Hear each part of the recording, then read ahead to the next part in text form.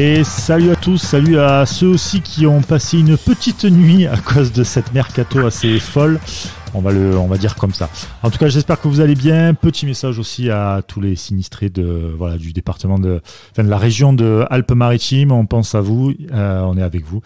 Et puis j'espère que tout ira bien par la suite. Avec moi pour m'accompagner dans ce podcast Avantinissa, c'est Sky. Salut Sky. Salut Brice, salut Bada, salut tout le monde. Et puis Bada, salut Bada. Salut les gars, c'était pour moi le petit message d'ordre. Entre autres, t'es pas le seul, mais oui, à mon avis, ce matin, il y a dû avoir des sacrés kilos de cernes, à mon avis. Ouais, je pense aussi. Ouais. Mais bon, jusqu'au dernier moment, Juju nous a, je vais l'appeler comme ça maintenant. Juju nous a, Juju, ouais, sacré Juju quoi. Nous a mis la pression jusqu'au bout sur Jeffrey Adélaïde. C'est le nouveau joueur de l'OGC Nice tout simplement. On va en parler dans quelques minutes. Avant ça, on va parler de OGC Nice contre le FC Nantes. On va faire quand même le débrief de ce match. On avait oublié qu'il y avait eu un match. Oui. En fait. Alors, alors, je sais pas vous, mais moi j'ai l'impression que le week-end c'était genre il y a longtemps, tu vois, avec le coup du mercato, je te jure, ça a sauté. Nous entre hier la journée elle a duré 60 heures. Ouais, c'est ça. Entre le mercato, malgré tous les sinistrés aussi, le temps a été long pour différentes raisons. Mais là, le match, on va le débriefer pour faire le boulot, mais je pense déjà qu'on va répéter pas mal de choses qu'on a déjà dites précédemment. Et puis voilà. Puis je pense qu'on a hâte de passer à l'Europa League et au mercato. Ah bah oui, l'Europa League aussi, on va en parler, c'est vrai. Le tirage au sort a eu lieu pour la poule de l'OGC Nice. OGC Nice Nantes. Qu'est-ce qu'on peut penser de ce match, même si dans l'animation du milieu, il y a quand même eu du mieux. Ah, il y a eu du mieux. Est-ce que Cédric va te foudroyer pour avoir osé prononcer ce mot-là Non. Alors évidemment qu'il y a eu du mieux. Après quand tu joues 90 minutes en 11 contre 10 quand même, je pense encore heureux que t'as eu des actions offensives, t'as été meilleur qu'eux. Je pense même que c'est pas satisfaisant pour un match joué à 11 contre 10. Voilà. Non. C'est là où j'en viendrai moi vite fait, c'est que voilà, même à 11 contre 10, on s'est fait 2-3 frayeurs quand même, hein. Je veux dire, Nantes, ça a pas l'air d'être ouf cette année, hein. J'ai pas vu d'individualité qui m'a vraiment impressionné.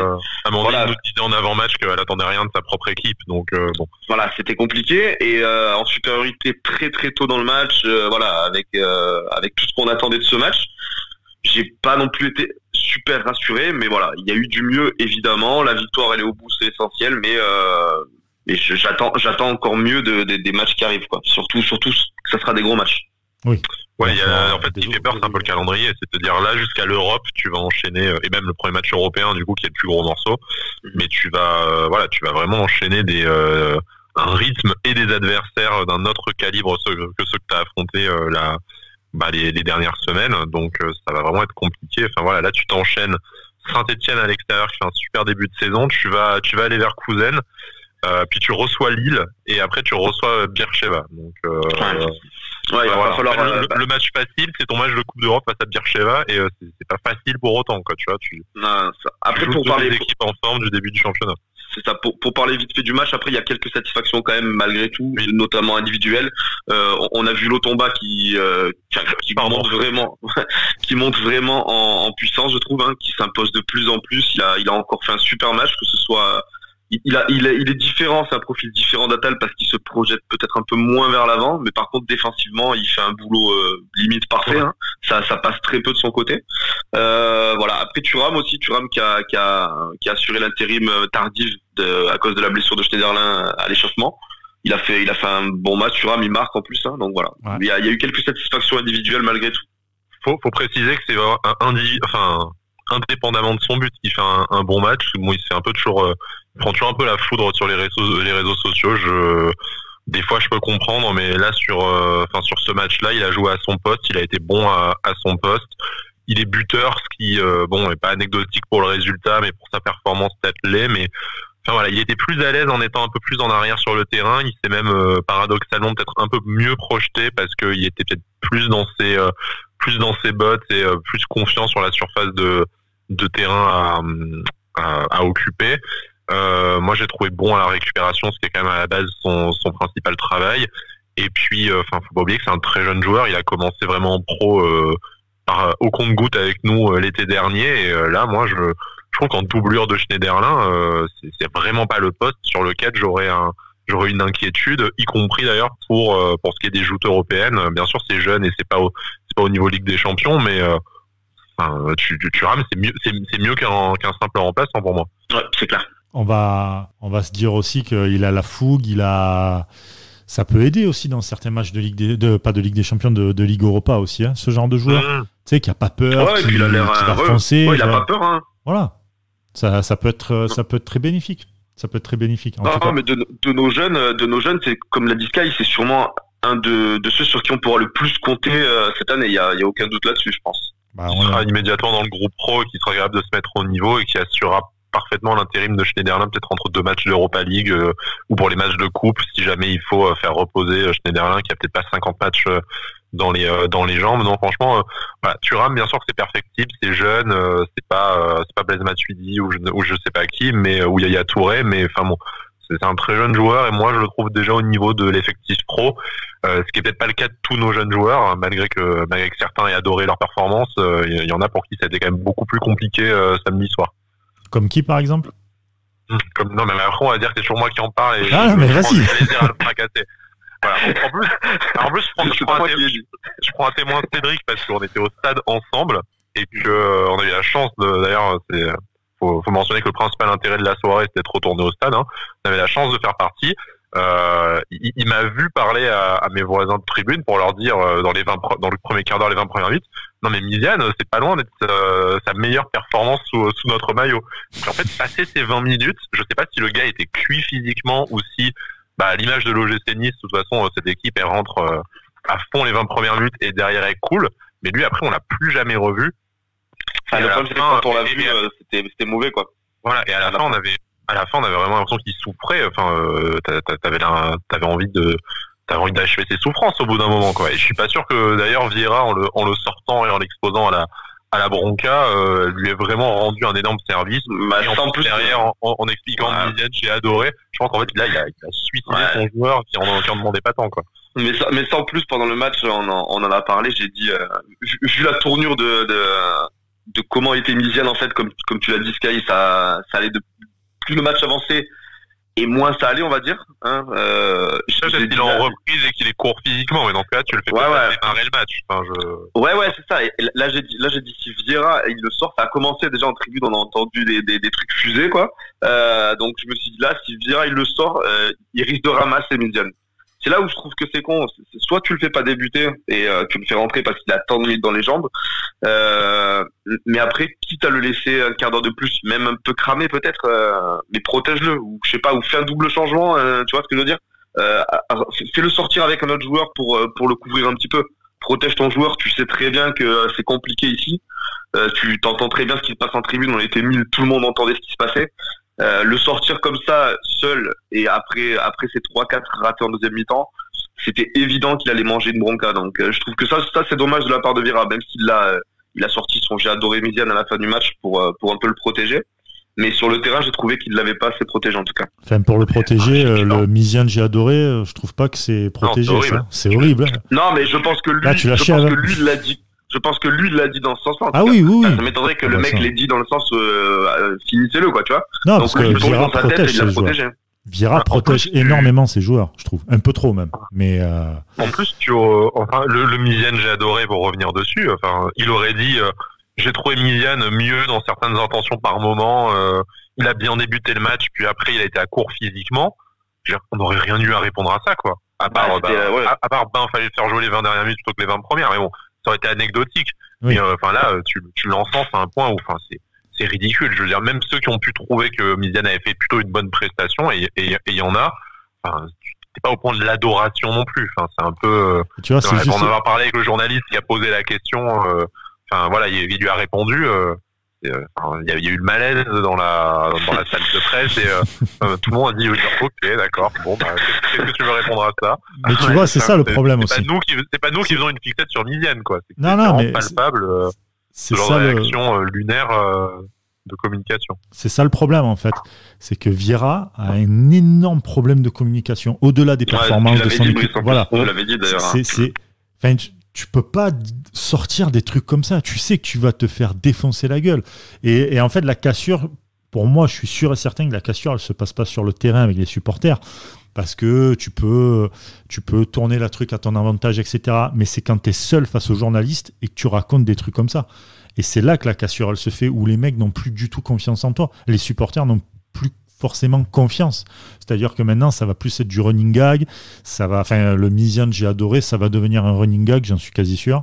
Et d'autres trucs. Bien aidé par le compte Twitter avant Tinissa, n'est-ce pas Non, mais le mec le pousse dans ce sens en plus, quoi. Hier il a été notre Brice. Hier j'étais. Je suis sûr qu'il va nous lancer une marque de t-shirt Misienne, j'ai adoré, tu sais. C'est ça. Alors tu vas encore une fois couper les micros que j'ai à la maison. Parce que j'y ai pensé. Non, ils ont déjà été commandés. Ils sont commandés, ils sont en Chine, ça arrive, t'inquiète. 2 palettes, c'est bon. Non, mais plus sérieusement, c'est vrai que voilà, on s'en amuse parce que je pense aussi qu'il faut le prendre du côté. Alors c'est très bizarre ce que je vais dire, mais il faut le prendre aussi du côté un peu plaisantin. Voilà. Tu vois, on va rigoler avec ça. Oui. C'est que du foot en plus. C'est que déjà d'une, c'est que du foot. De deux, tu sens que les supporters commencent un peu à en avoir un peu plein le cul de Vieira. Et si tu commences en plus à rentrer dans ce jeu-là aussi, voilà. Moi, je pense qu'il vaut mieux le prendre du côté un peu plaisantin. Il y a eu la victoire. Il n'y a pas eu forcément le beau jeu qu'on espère avec une équipe comme Nice. C'est vrai, mais ça commence à arriver tout doucement, mais vraiment tout doucement. Et je pense que voilà, on prend ça à la rigolade. Et puis voilà, il y avait d'autres trucs à voir, à gérer, à parler, notamment l'Europa League. D'ailleurs, on va en parler de ça, de l'Europa League, le tirage des poules avec Leverkusen. Il y a eu aussi Slavia Prague et la Poel Beersheva. Voilà, la Poel Beersheva. Tu vois, ça c'était bien plus important que le Misiane, j'ai adoré. Oui. Sachant qu'en plus de ça, je sais pas vous, mais moi je trouve que Nice s'en sort plutôt bien. Très bien. Ouais. Alors, c'est quand même une poule un peu compliquée parce que Slavia Prague, ils sont habitués à la Ligue des Champions, ils sont habitués à la Coupe d'Europe assez souvent. Leverkusen, j'en parle même pas. Effectivement, pour rejoindre ce que tu dis, il faut distinguer deux choses. Le fait qu'on s'en sert très bien au tirage, il y a qu'à voir la poule de Lille qui était dans le même chapeau que nous et on peut s'amuser à regarder les poules des autres clubs du chapeau 4. Je pense qu'on fait partie de la bonne, voire de la très bonne moyenne de ce qu'on aurait pu tirer. Ça c'est sûr. Après, dire que c'est un très bon tirage, ça veut en aucun cas dire que c'est facile et qu'on est déjà qualifié. Moi, à l'heure actuelle, si je dois mettre une pièce sur qualif ou pas qualif, je la mets sur pas qualif, par exemple, tu vois.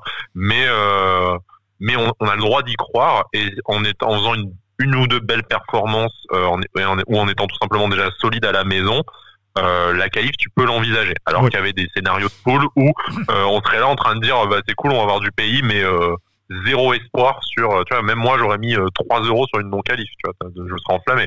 Mais voilà. Là je vais rester à mon 10 centimes habituel.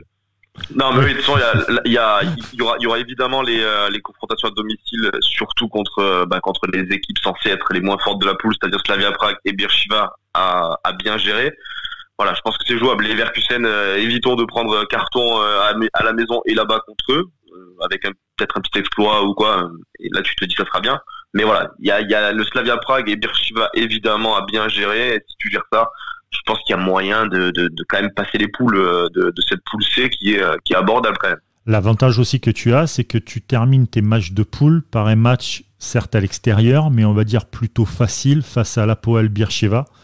Donc s'il te manque des points, etc. en dernière journée, tu sais que c'est, on va dire, plus facile que si tu tombais le dernier match face à Leverkusen. Voilà, tu joues Leverkusen à la maison en match 5, donc si eux ils sont très sérieux, ils sont peut-être déjà qualifié, t'arrives à choper un point à domicile, tu vois. Mais tu gagnes en 4 premiers matchs, par exemple, c'est ça. Ouais, de toute façon, c'est simple. Tu commences à Leverkusen et tu reçois Beersheva. Si tu prends pas au moins 3 points sur ces 2 rencontres, et logiquement à la maison face à Beersheva, tu sais que c'est fini pour toi. Enfin, c'est fini pour ta gueule. T'as fait 0 points en 2 matchs, tu t'arriveras pas à le rattraper. Si t'arrives avec au moins 3 points à ce moment-là et avant la double confrontation face au Slavia Prague, là il faut que tu t'en sortes pour que tu aies toi enfin que tu sois pas en déficit de points face au Slavia. Donc soit tu sais 3 points chacun, soit t'arrives à en prendre 4 ou t'en prends 2. Mais voilà, éviter de prendre 1 point sur 6, quoi, qui serait vraiment le scénario catastrophe et qui te condamne pareil à la fin de saison européenne. Mais c'est pas le tirage le plus facile. Tu finis pas par un Leverkusen déjà qualifié, peut-être avec un peu de chance match 5, mais c'est pas dit. Mais bon, t'as l'avantage en fait d'avoir au milieu dans la bascule match 3-4 ton supposé adversaire pour la deuxième place. Exactement. Ouais, c'est ça. Et ça va en tout cas, être là, pas mal. Ça arrive, hein, là, en tout cas, ça arrive, hein, on sait déjà, on l'a dit tout à l'heure avec le calendrier, là, mais là, c'est ça. Ouais, c'est dans 2 semaines, c'est dingue. Ça, là, dans 12 jours, il y a Saint-Étienne, et derrière, 3 jours après, c'est les Leverkusen là-bas, quoi. Donc là, on va commencer à enchaîner, on va être dans le vif du sujet, ça va être vraiment bien, je pense. Même si on sait pas si on ira au match au moins à domicile, mais. Est-ce que c'est une déception pour vous si on ne passe pas cette poule?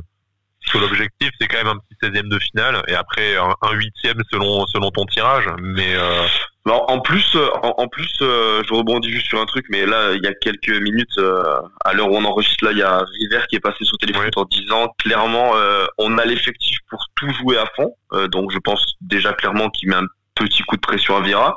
Et je suis d'accord avec lui. Quoi qu'il arrive, voilà. Hier, t'as fait, on en parlera après sur la page Mercato, mais hier, t'as fait un dernier coup qui va peut-être te permettre de jouer un peu plus sur tous les tableaux. Mais oui, clairement, si tu sors pas de cette poule, c'est une déception pour moi, aucun doute là-dessus. Okay. Et c'est pas Talavera, tu penses, du coup, avec le nouveau coup de pression là de River. Si on passe pas les poules, c'est fin de contrat. Et du coup, ça serait c'est peut-être quelque chose qui en balance pour son renouvellement. Ouais, peut-être ça peut jouer. Hein. Je pense qu'on a quand même vu le filer des objectifs. Je suis quand même, j'ose espérer quand même que la prolongation du contrat de Vieira, elle est loin dans les têtes de River et Fournier et d'Ineos. Mais si malgré tout ils y pensent, j'espère que oui, je pense que ça doit faire partie des objectifs. Ouais. Ils sortir des poules d'Europa, surtout celle-là de poules, en en reparlant. Mais ça doit être un objectif, je pense. Bah, l'objectif, oui, c'est de sortir des poules. La prolongation de Vieira, je pense qu'ils doivent quand même y penser, parce qu'ils doivent budgéter quand même, savoir si on garde, si on garde pas, sachant qu'il y a le fair play financier, etc. et tout, qui va très certainement revenir. Cette belle merde là qui a été faite par l'UEFA. Mais en tout cas, oui, ils doivent, à mon avis, l'avoir dans un coin de la tête. Après, pour revenir sur la qualification pour l'OGC Nice dans la poule, s'ils ne se qualifient pas, ça serait bien dommage, mais au vu de la poule, ça serait énorme pour la plupart des joueurs de prendre de l'expérience face à des clubs qui jouent régulièrement la Ligue des Champions. Et ils vont gagner en intensité, ils vont savoir que tu joues pas 20 minutes un match de Ligue Europa, tu le joues 90 minutes cette fois-ci, et ils vont peut-être apprendre un peu plus. Ça me fait penser un peu à Lille l'année dernière. En Ligue des Champions.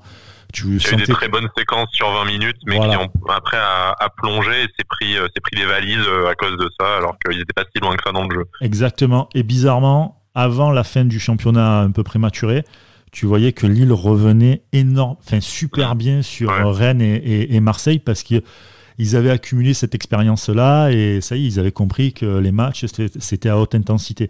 Donc ça peut être un mal pour un bien en même temps. Donc en fait, dans tous les cas, tu t'en sortiras vainqueur, je pense, réellement. Bon. Si tu te qualifies, tant mieux. Troisième place minimum, de toute façon. Il faut que tu finisses troisième. Par contre, si tu finis derrière l'Hapoel Beersheva, je savais même pas que ça existait, ce club. J'ai rien contre eux, mais si tu finis derrière ça, non mec, faut arrêter là par contre. Non mais ouais, c'est interdit de finir dernier de la poule, c'est interdit par contre. Comme on l'a dit tout à l'heure, quand tu vois la poule de Lille qui tape le Celtic, le Milan AC et compagnie, là t'as pas le droit de finir, même troisième pour moi en tant que supporter, hein, je parle pas sans rien juger d'autre, mais en tant que supporter, même troisième, je serais déçu. Oui, ça va te faire chier parce que t'es déçu de l'élimination, mais ça sera pas honteux non plus. Ça sera pas honteux et tu vas gagner en expérience, donc bon. Ok, tu perds ta qualif. Non, là-dessus, il n'y a aucun souci. C'est clair que, comme vous l'avez dit, dans l'intensité et tout, même sur la saison en cours, hein, il y a certains matchs où ils vont apprendre de ces matchs-là, où il faudra être là pendant 90 minutes et pas comme on l'a vu certains matchs là où pendant une demi-heure tu t'endors. Elle serait plus appliquée aussi. Et peut-être, comme je disais, peut-être que finalement c'est une équipe de coupe aussi. Tu as des équipes comme ça, encore une fois, tu prends Marseille, c'est une équipe, quand ils jouent une coupe, ils délaissent le championnat façon de parler, et en coupe par contre ils se transcendent. Et tu prends Lyon par exemple en Ligue des Champions, c'est une équipe qui a besoin d'être transcendée par un match, et notamment c'est très souvent en Coupe d'Europe, tu vois. Donc je me demande des fois, même si en France on n'est pas plus des matchs, on n'est pas plus des équipes à coupe, donc on verra avec l'OGC Nice, hein, mais il y a peut-être un truc à faire. Nous en coupe, sans parler d'Europe, mais en coupe en général, on a tellement très peu réussi que c'est compliqué de dire qu'on est une équipe de coupe quand même. Hein. Oui, pour revenir à ce que tu disais tout à l'heure, on n'a pas démontré, que ce soit la saison dernière ou cette saison, une capacité à jouer 90 minutes à fond, au contraire. Donc ça, je pense que c'est ce qui risque de nous être fatal en Coupe d'Europe cette année. En plus de mauvaise perf en championnat, mais vraiment fatal en Coupe d'Europe. Par contre, on l'a pas dit, mais joli clin d'œil de l'histoire en tirant le Slavia. Bien sûr. Pour notre épopée retour en 97. Ouais, voilà. Ah, bah, écoute. C'est ça. 97 dans la légende, quoi, comme dirait la FF. Attends, je voulais le placer. Des équipes qui ont fait des matchs de Coupe d'Europe en étant en D2, tu n'en as pas tant que ça. Ouais, c'est ça. Non, c'est dans vrai. la pire saison de ton histoire, limite, tu cales, il y aura 20 points, je crois, comme ça. Ouais, c'est ça, voilà. Une des pires saisons de D1 qui existe, tu chopes la Coupe de France. Là, en plus, c'est la défunte Coupe des Coupes, tu vois, c'est un petit côté mythique. Et puis, tu passes un tour face à Kilmarnock en étant en D2 et tu te fais sortir par le Slavia au but à l'extérieur. En faisant 2 matchs nuls, en faisant 2 matchs. Mais en revenant sur, c'est vrai, la Coupe des Coupes, putain, c'est vrai qu'elle manque un peu cette coupe, je trouve. Elle était, mais moi, classieuse, tu vois. Côté comme coupe. Bah oui, c'était génial. Et les derniers à l'avoir gagné, de mémoire, je crois que c'est la Lazio. La Lazio, exact. C'est pas un but de Nedved en plus, qui jouait à la Lazio à l'époque. Possible. Quel joueur Nedved. J'étais devant ma télé, donc c'est face à Mallorca, je crois, de mémoire. Bah écoute, petite pensée. Par contre, ont un peu disparu de la. Voilà. Ouais. Petite pensée à PM et à Philippe de la Zialita Francese. Voilà. Je suis prêt à intégrer les libéraux avec une telle mémoire. Écoute, faut voir. On va passer à autre chose. Donc, c'est le mec qui sait pas trop comment en faire. Ouais, non, tu sais, c'est sûr, avec le Covid en ce moment, c'est compliqué. Faut qu'on en discute. Tu vois. Je peux pas donner ma réponse là comme ça. Non, mais ouais. D'ailleurs, ça serait bien. Tu vois, je lance le truc comme ça. Si certains d'entre vous, auditeurs et tout, vous avez vraiment envie de venir parler. Voilà, de l'OGC Nice d'avant, tu vois, même 97 et tout ça, on peut se faire une petite libre antenne tous ensemble, pourquoi pas, on peut mettre ça en place. Ça serait intéressant aussi, carrément, tu vois, de voir ça. Libre antenne rétro un peu. Libre antenne rétro, carrément. Je vais essayer de retrouver le maillot que Michael Jackson, incroyable d'ailleurs cette histoire que Michael Jackson a porté avec Olympia Chaussette. Mais ouais, il faut. Mais n'empêche, vraie photo, il y en a plein des supporters d'autres clubs qui disaient que c'était fake et tout. Quand elle circulait sur Twitter, mais vraie photo. Ah moi je pense que le maillot est vrai. Michael Jackson un peu moins avec tout ce qu'il a fait derrière, mais c'est pas beau. C'est pas beau. C'est arabe de dire du mal de Michael Jackson. J'en suis fan en plus de cet artiste. On s'écarte un peu du sujet, mais ça fait du bien aussi avec tout ce qui s'est passé ce week-end et tout. Ça fait du bien un peu de rire. On va parler en tout cas de Mercato. Là, on va un peu moins rire, je pense. Le Mercato de l'OGC Nice, autant vous dire que ça a été compliqué jusqu'au bout. On va faire un petit tour on va commencer par quoi ? On va commencer par les départs. Les départs, il y en a eu pour quasiment 30 millions d'euros de départ, 29,5 millions pour être plus précis. Durmizy, fin de prêt. Adamounas, fin de prêt. Wagué, fin de prêt. Clémencia, fin de contrat. Malangsar, pareil, fin de contrat, qui part du côté de Chelsea. Arnaud Lussamba, fin de contrat. Gauthier Loris, il est parti gratuitement à Auxerre. Ibrahima Cissé qui part en prêt à Châteauroux. Ganago, 6 millions du côté de Lens et on voit que Lens cartonne quand même en ce début de saison. Yanis Amash qui part du côté de Boavista, c'est ça. Boavista. Christophe Herrel du côté de Brest pour 4 millions. Tamézé à l'Hellas Vérone, 3,5 millions. Le petit protégé de Sky, Sako, qui part à Cosenza. prêt, malheureusement en prêt, sans option d'achat. En fait, je pense que le club savait qu'il était, Sky était vraiment attaché, il va revenir, quoi, tu vois. Ouais, voilà, Björner qui part du côté de Nîmes, 1,5 million. Brazao, tout comme Trazi et Zouri, Dacunia et Guessant, carrément, ils partent du côté de Lausanne. Voilà, on fera d'ailleurs un petit truc spécial Lausanne aussi pour parler du club et de suivre un peu les joueurs de l'OGC Nice. William Cyprien, ça c'est pour moi en tout cas une catastrophe de l'avoir perdu, qui part du côté de Parme pour 10 millions. Makengo Udinese, 3,5 millions. Et le petit dernier, Eddy Sylvestre, qui part du côté du Standard de Liège pour 1 million. Voilà. Ça fait beaucoup de départ quand même, mais bon. La liste est belle, hein. On a bien dégraissé quand même. Hein. Ouais, il ne manque qu'un seul homme à l'appel, qui est toujours là. Le grand Racine Colli. Le grand Racine Colli. Même si le marché portugais ferme que ce soir, donc peut-être qu'un retour au Portugal peut se faire, mais ça va pas trop dans ce sens-là. Nice matin disait qu'on essayait de lui trouver une porte de sortie avant hier minuit, ça a dû être compliqué, je pense. J'imagine. Mais bon, après, c'est pas le plus gros salaire. Non. Donc voilà, pour la masse salariale, c'est pas non plus. Oui, puis t'as fait une doublure à gauche, t'as qu'un seul véritable latéral gauche au club avec Hassan Camara, donc bon. Tu le vois réintégrer le groupe là, s'il part pas d'ici ce soir. S'il est toujours là, qu'est-ce que tu veux en faire? Tu vas pas lui interdire l'accès au centre d'entraînement, donc. Il va être seul dans le loft comme un malheureux à tourner en rond. Ouais, non, bien sûr tu le réintègres dans le groupe pour le peu de fois où tu vas avoir à le convoquer dans le groupe. Tu vois, s'il fait 10 apparitions dans le groupe dans la saison, si jamais il y a un blessé et tout, mais bon, si Camara se pète, t'es peut-être content d'avoir Racine Colli en backup au cas où tu sois obligé de compter sur, sur Nsoki ou obligé de mettre Pelmar à gauche ou de faire redescendre Claude Maurice, tu vois, bon, selon le match, à gauche. t'es peut-être content de l'avoir. Nsoki à gauche. Cherche pas. Ok, d'accord. Free Nsoki. Il chope pas le Covid pour la 3e fois, le pauvre, mais bon, après... mais il y en a qui aiment vivre avec le risque, avec l'amour du risque, quoi. C'est ça, nous on aime bien vivre avec le latéral gauche, donc du coup, on aime bien heureusement aussi. Bref. Non, mais c'est vrai que pour parler des départs, parce que c'est ce qu'on a dit, que spontanément, c'est qu'il y en avait vraiment, vraiment beaucoup. Faut quand même souligner que c'est une belle performance du club d'avoir réussi à vider son loft. Donc certes pas pour des tarifs de vente forcément au niveau qu'on aurait espéré, et peut-être notamment pour William Cyprien et Adrien Tamézé. Mais là tu te retrouves avec que des joueurs concernés par le groupe pro. T'as juste ce petit doute sur Racine Colli. Danilo, il y a eu étude de possibilité de partir, mais finalement on a plutôt opté pour le garder. Et je pense qu'il peut être utile quand il est pas blessé. Il a pu en plus faire l'intérim en défense centrale de façon très bonne la saison dernière, donc pourquoi pas. Là, on dira après sur la quantité et la qualité de l'effectif, mais du coup en termes de départ et de joueurs non désirés, je trouve que voilà, ça a été vraiment une sacrée performance de la part du club. Et quand c'est bien fait, faut aussi le dire. Ouais, c'est clair. Moi, je suis totalement d'accord. Au niveau des départs, ça a été vraiment une bonne nouvelle. Hein, on peut le dire parce que même pour parler de ce projet sur plusieurs années, tu te dis que l'année prochaine déjà tu auras moins de boulets entre guillemets à te trimballer. C'est-à-dire que voilà, on l'a vu sur la liste là, peut-être à part Sako qui va revenir et Racine Colli qui sera sûrement encore sur le départ s'il n'est pas parti d'ici là.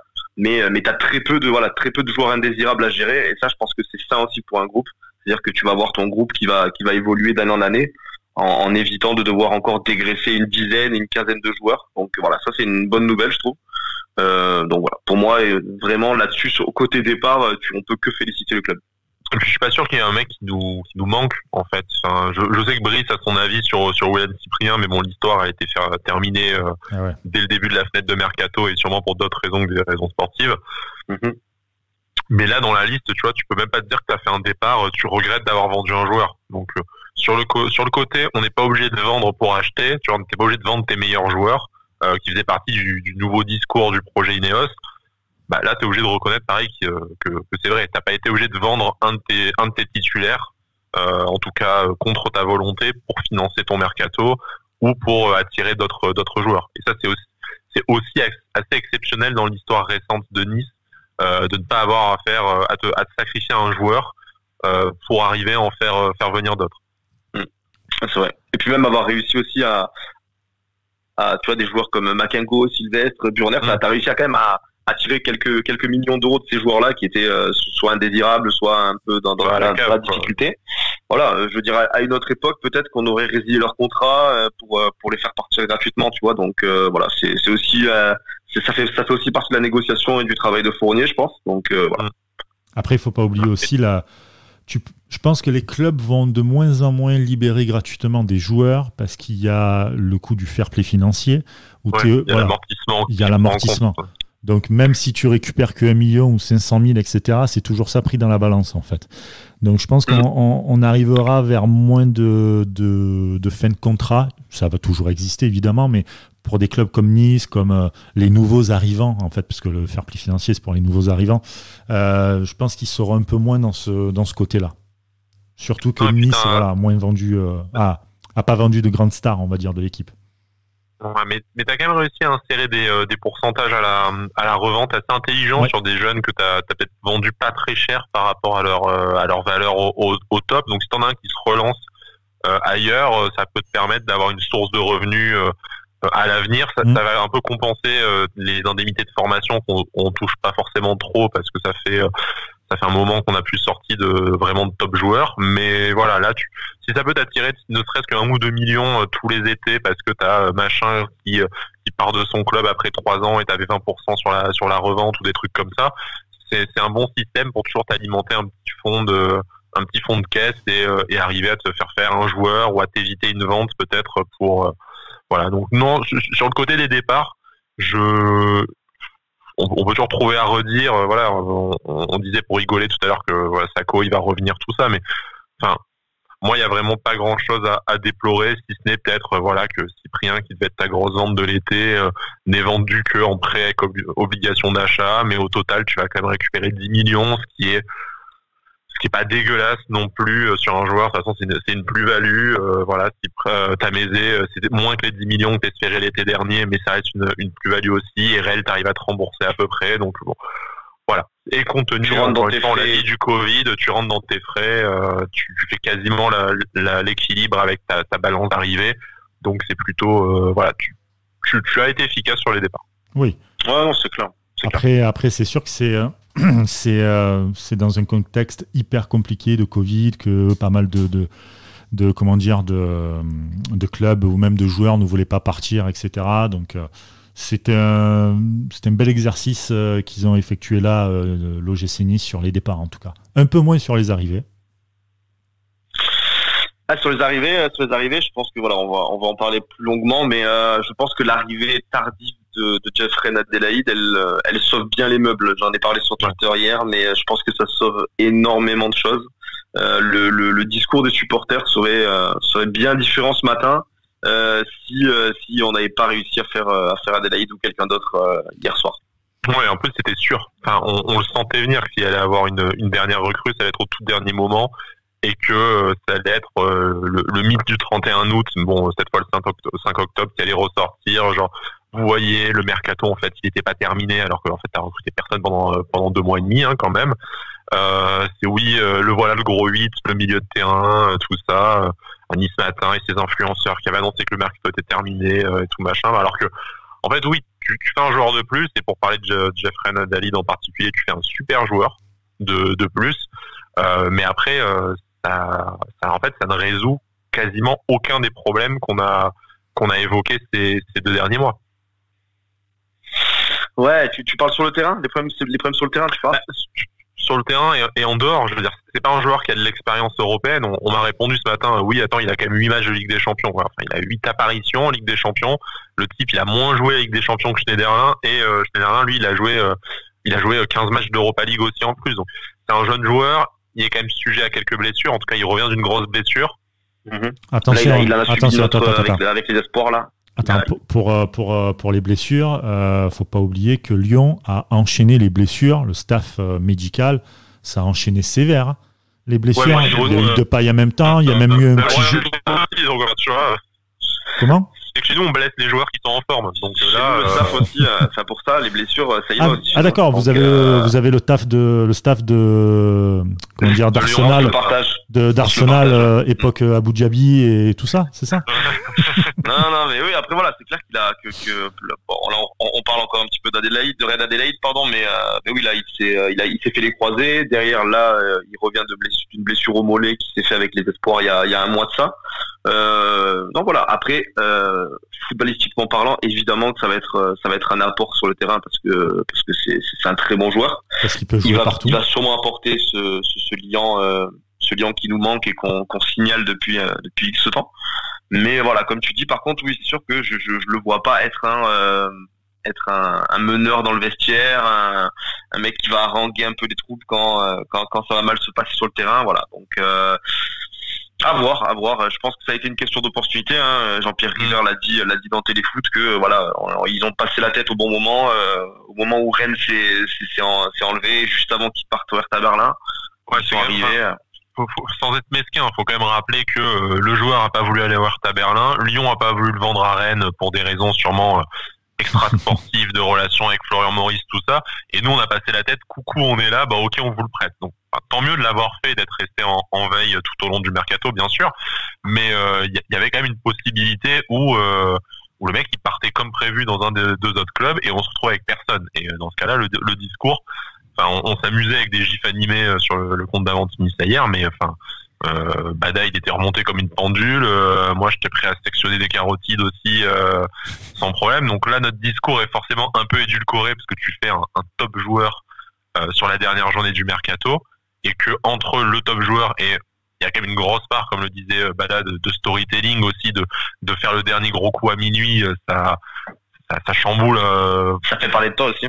Voilà, ça fait parler de toi et du coup, bon, je pense que ça subjective un peu l'analyse que tu as du mercato.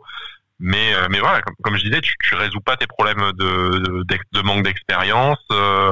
Tu fais un supposé gros numéro 8 qui peut aussi dépanner comme ailier, mais en fait, devant, ça reste très très jeune et au poste d'ailier gauche, tu as toujours quand même cette grosse interrogation où en fait, tu vas partir avec Gouiri titulaire toute la saison. Là, tu le sais, surtout après avoir vu la dernière performance de Miziane. Donc bon, c'est voilà. Après le fait d'avoir fait Rennes Adélaïde aussi, ça va te permettre de te servir un peu de Claude Maurice comme couteau suisse un peu. Il va pouvoir dépanner aussi sur les ailes, il va pouvoir sur Ronny Lopez qui aura plus besoin de redescendre au milieu a priori non plus. Enfin voilà, donc tu renforces quand même un peu ton poste de milieu offensif, mais tu as relativement peu de certitude sur ce poste-là. Ronny Lopez, on s'attend à ce qu'il monte en puissance petit à petit, mais on l'a vu face à Nantes quand même que c'était assez compliqué encore. À gauche, les problèmes qu'on a déjà cités. Donc oui, tu as des possibilités, tu as des alternatives quand les joueurs sont pas blessés, hein, parce que bon, Claude Maurice, c'est aussi quand même ça le problème. Mais devant, tu as relativement peu de garanties à part Dolberg, que tu es obligé de faire jouer même quand il a la crève, comme on l'a appris en conférence d'après-match. Et tu as Gouiri qui a montré d'excellentes choses sur ce mois d'août et ce mois de septembre. Est-ce qu'il est capable de s'enquiller une saison à 50 matchs? Est-ce qu'il est capable de s'aligner au niveau européen? Là, moi, j'ai plus d'interrogations. Il faudra, quoi qu'il arrive, s'appuyer sur, malheureusement, sur des mecs comme Miziane, comme Endoy aussi, comme peut-être le petit Sotona, là, qu'on va peut-être apprendre à connaître. Voilà. Il faut espérer que, voilà, comme on l'a dit déjà, qu'il soit pas énormément blessé, notamment Miziane, hein, parce que lui c'est pareil, on nous dit oui, mais à chaque fois en fait la truc c'est ouais mais il revient de blessure. D'accord, mais c'est ma faute s'il revient de blessure le gars, s'il est blessé tous les 15 jours. Je veux dire au bout d'un moment ouais. il faut qu'il enchaîne aussi, qu'il s'achète une hygiène de vie, tu vois, et qu'il enchaîne les matchs s'il veut performer, et qu'on arrête de nous dire ouais mais il performe pas parce qu'il est tout le temps blessé. Bah d'accord, mais c'est pas ma faute à moi s'il est blessé, tu vois ce que je veux dire. Donc nous on juge à l'instant T, bah, il est soit à court de forme, soit il fait des mauvais matchs, soit il est bon un quart d'heure. Donc voilà.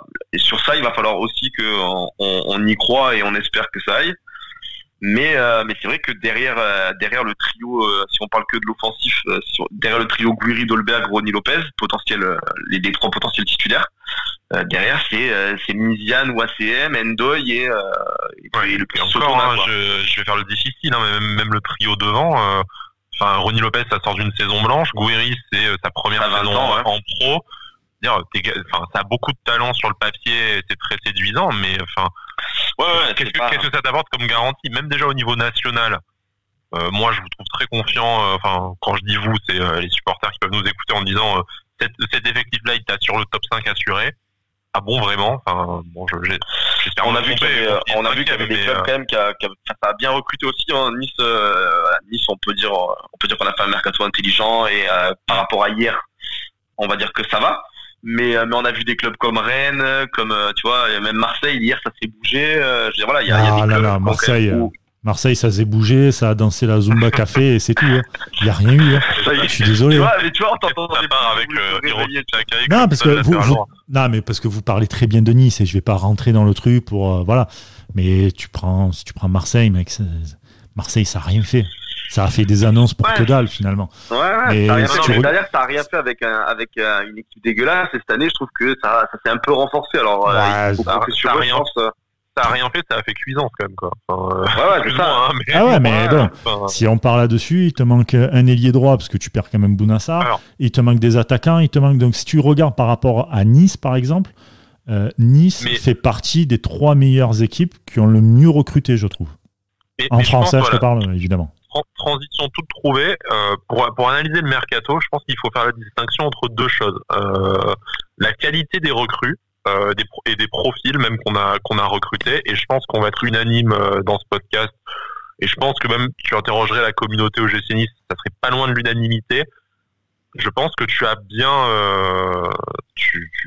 travaillé et tu n'as pas recruté de boulet, et la plupart des joueurs que tu as recrutés se sont même déjà installés dans le 11 et t'ont apporté une plus-value. Donc c'est un mercato très intelligent et qualitatif. Ça, de ce côté-là, c'est difficile de dire le contraire. Après, il y a peut-être que Bambou, Danilou, que ça s'imposera jamais. Enfin, t'as toujours les aléas du sportif, mais à l'instant T, tu peux que reconnaître la qualité du mercato de l'OGC Nice. Par contre, en termes de quantité pour ton groupe et d'investissement par rapport aux ambitions que tu avais annoncées, je pense que c'est là-dessus qu'il y a une déception des supporters. On t'aurait dit, les gars, on n'a pas d'argent, on va juste investir ce qu'on va réussir à vendre et tenter 1 ou 2 gros coups en prêt. Le contrat, il était entièrement rempli. Mais Nice, mais l'OGC Nice, un an. Ineos n'a jamais donné le prix de l'enveloppe qu'ils avaient. Ineos n'a jamais donné de chiffres. Voilà. Je pense que l'histoire de RMC qui annonce 80 millions d'euros, ça a fait beaucoup de mal médiatiquement au club. Oui, mais parce qu'on a voulu croire ça. Le club a quand même annoncé l'année dernière, vous verrez l'année prochaine, ce sera le premier vrai mercato Ineos. Ah, mais bon. Alors que t'investis 2 fois moins d'argent et t'es à l'équilibre. Parce que va jouer juste laisse-moi finir. On va jouer toutes les compétitions à fond. Moi là, j'ai du mal à voir comment on va jouer sur 3 tableaux à fond, même si je peux me tromper, mais ça me semble un peu court niveau effectif. Moi, c'est là-dessus en fait que je reste un peu sur ma faim. Et on a identifié les manques. Il nous faut plus d'expérience. Bah ouais, en fait, t'as ramené Schneider là. Bon, ce qui est super. Hein, je sais qu'en plus Brice, tu l'adores. Mais là, t'as quand même aussi vidé l'effectif de ceux qui avaient du vécu à l'OGC Nice et qui avaient des matchs de Ligue 1 pour les remplacer par des jeunes. Je suis pas sûr que niveau expérience, tu sois beaucoup mieux armé. Surtout pas pour une saison européenne d'ailleurs. Et voilà. Moi, c'est vraiment la dissonance par rapport aux ambitions qu'on t'a saoulé dans la presse là depuis un an, que tu as une déception. Tu peux pas blâmer individuellement les recrues que tu as prises, ni l'intelligence du mercato. Tu peux peut-être encore une fois souligner un problème de communication et de flou artistique dans le sacro-saint projet. Ça pour le coup de la communication, je suis entièrement d'accord avec toi. Je trouve que c'est pas assez établi. Le problème, c'est que ça joue par rapport aux attentes des supporters. Forcément. Maintenant, Nice a très bien joué son coup dans le sens où ils n'ont jamais dit on va mettre 80, on va mettre 200, on va mettre, comme par exemple encore une fois, Marseille qui est arrivé, bonjour, on va poser tant, et puis voilà. Ça, ils ne l'ont pas fait. Donc, par rapport à ces attentes-là, évidemment, tu ne peux pas dire on est déçu ou pas. On ne sait pas combien ils avaient d'enveloppe. Deuxièmement, l'année dernière, ils ont dit vous allez voir comment on va faire, etc. Il y a eu le Covid, la quasi-totalité des joueurs ont perdu. En moyenne, j'avais lu un article, c'est 20% de leur valeur. Aucun club qui a acheté pour je ne sais pas combien va vendre à perte. Enfin, des clubs qui vendent à perte, il y en a peu. Ou du moins des bons joueurs, je parlais, évidemment. Des bons joueurs qui ont une valeur financière élevée. Il y a le coût de l'euro aussi.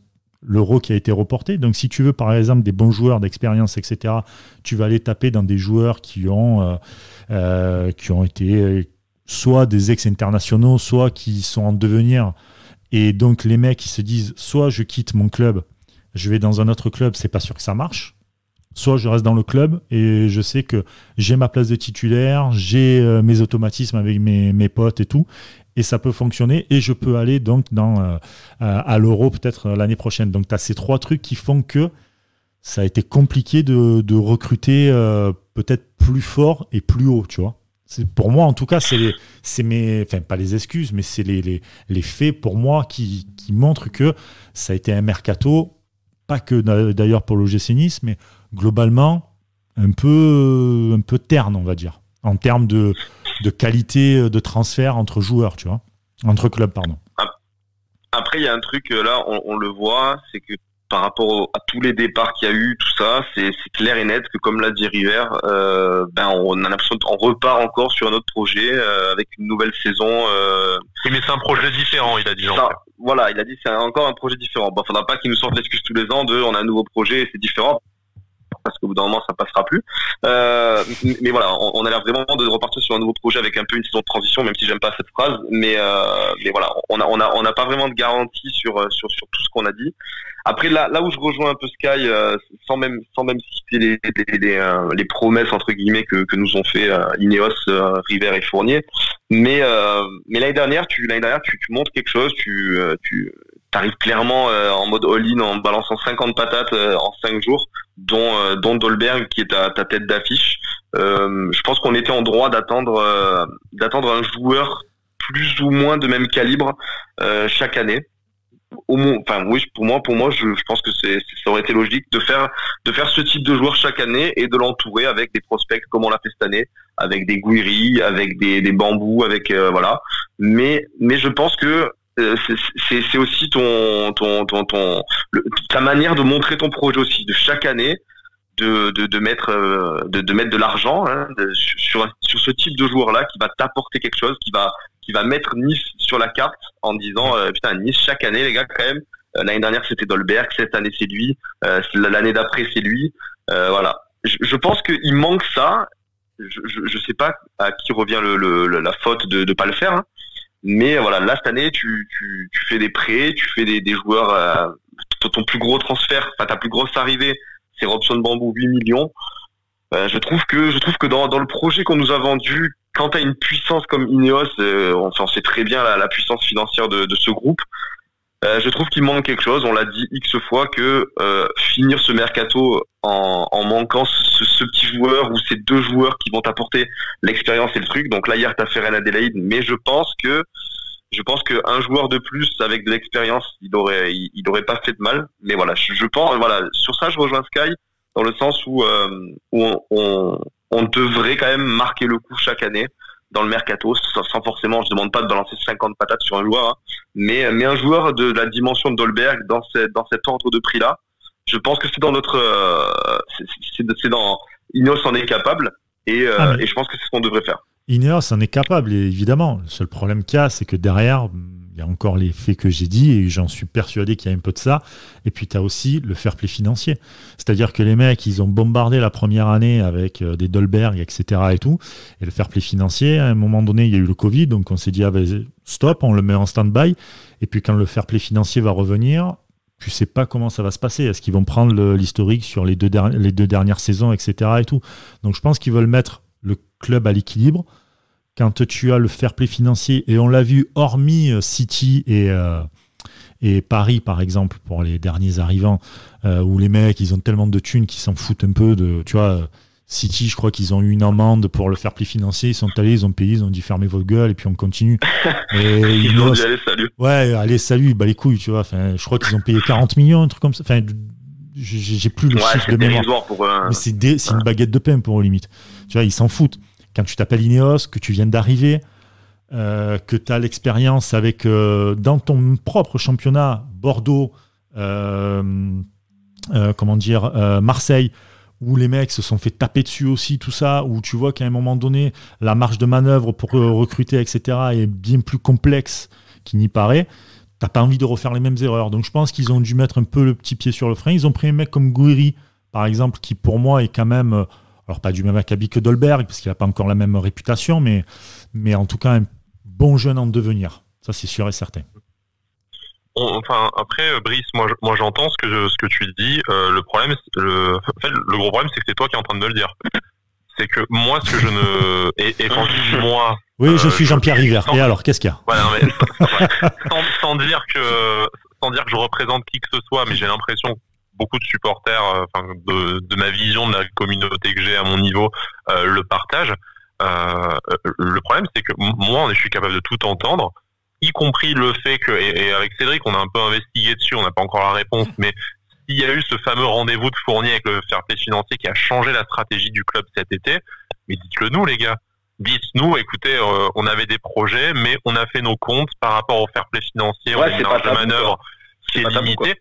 C'est pas tabou. Et je pense que tout le monde préfère entendre ça que d'entendre la dernière intervention de River sur le Instagram du club en disant oui, vous savez, on sait que les supporters ils veulent qu'on dépense de l'argent et avoir des gros joueurs.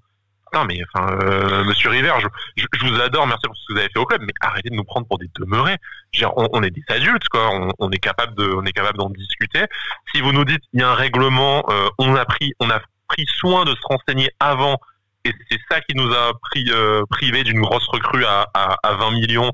Mais on a quand même réussi à compenser avec des prêts et on espère que nos résultats nous permettront de lever les options d'achat l'été prochain. Mais tu dis ça, mais tout le monde comprend. Tu redescends la pression de tout le monde qui est en train de se dire « Minos, on nous a menti, River le complot, il va agrandir son chalet à Oron ou je sais pas quoi d'autre, tu vois. » Mais juste dites-le au lieu de nous balancer mais des banalités. On est sur un nouveau projet, c'est pas la même transition, c'est la confirmation. Ouais, on a l'effectif pour jouer sur tous les tableaux, mais on a 10 joueurs de moins que l'année dernière. Enfin, voilà, juste dites-nous vraiment les choses.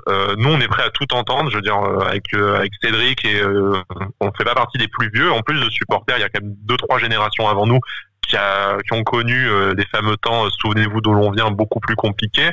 On peut tout entendre. Je veux dire, on a supporté ce club qui crevait la bouche ouverte au fin fond de la D2, qui jouait le maintien en Ligue 1. On a eu des joueurs dégueulasses sur le terrain. Là, c'est le dessert là maintenant. C'est le caviar même. Mais dites-le nous. Arrêtez de nous prendre pour des cons, quoi. Je pense que c'est ça qui nous énerve surtout. Je pense que River aussi, il est un peu rentré dans ce rôle en période de mercato là, avec sa fameuse langue de bois, où il dit clairement qu'il aime pas répondre aux questions en période de mercato, et je pense qu'il s'est un peu enfermé dans ce rôle en fait. Et au départ, il en jouait, c'était marrant. Mais là, je pense qu'il commence à agacer. Il commence même à agacer les médias. Je pense qu'il, de temps en temps, que ce soit RMC ou d'autres, n'hésite pas à lui balancer un peu des pics en lui disant, limite, mais président, pourquoi vous venez au final? Pourquoi vous acceptez l'invitation? Si c'est pour rien dire. Donc voilà, je pense qu'il s'est un peu enfermé dans ce rôle-là et que ça commence à agacer, comme tu l'as dit. Voilà. Donc peut-être que lui en a marre aussi, tu vois, parce que il a tout connu avec ce club. Il est resté plus longtemps que ce qu'il avait prévu. Je peux comprendre qu'il soit usé du jeu médiatique aussi au bout d'un moment. Mais dans ce cas, Fournier qui est directeur du football, qui est toujours passionnant en interview en plus. Donc je veux bien qu'il ait autre chose à foutre que de répondre à une interview toutes les semaines. Et voilà, là juste nous dire, ok, c'est la faute du fair play financier, ou alors, écoutez, on avait ciblé des joueurs, mais avec le Covid, leurs clubs ont décidé de les garder. Du coup, on s'est dit qu'on allait garder de la maille pour l'année prochaine. Enfin, n'importe quoi. Un peu de transparence, quoi. On sera d'accord, on sera pas d'accord, mais un peu autre chose que, vous savez, de toute façon, vous êtes des cons, vous y comprenez rien, donc pourquoi est-ce qu'on vous expliquerait? Oui, dans ce cas-là, si on est des cons, faut pas s'étonner à ce qu'on éructe des conneries sur les réseaux sociaux ou au stade, parce que de toute façon, on n'a pas l'info, donc on va crier dans le vide, et puis voilà. Mais bon, je pense que ça apporte pas grand-chose au débat ni à l'OGC Nice. Bon, en tout cas, les amis, merci beaucoup pour ce nouveau podcast Avanti Nissa, podcast où on a parlé donc de Nice-Nantes, on a parlé aussi de l'Europa League et évidemment cette grande page Mercato. Merci à vous de nous écouter, merci Sky, merci Bada. Merci les gars. Merci Brice, merci Bada, merci tout le monde pour nous écouter. Ouais, et puis on se dit à très vite pour un nouvel épisode d'Avanti Nissa. Ciao les gars.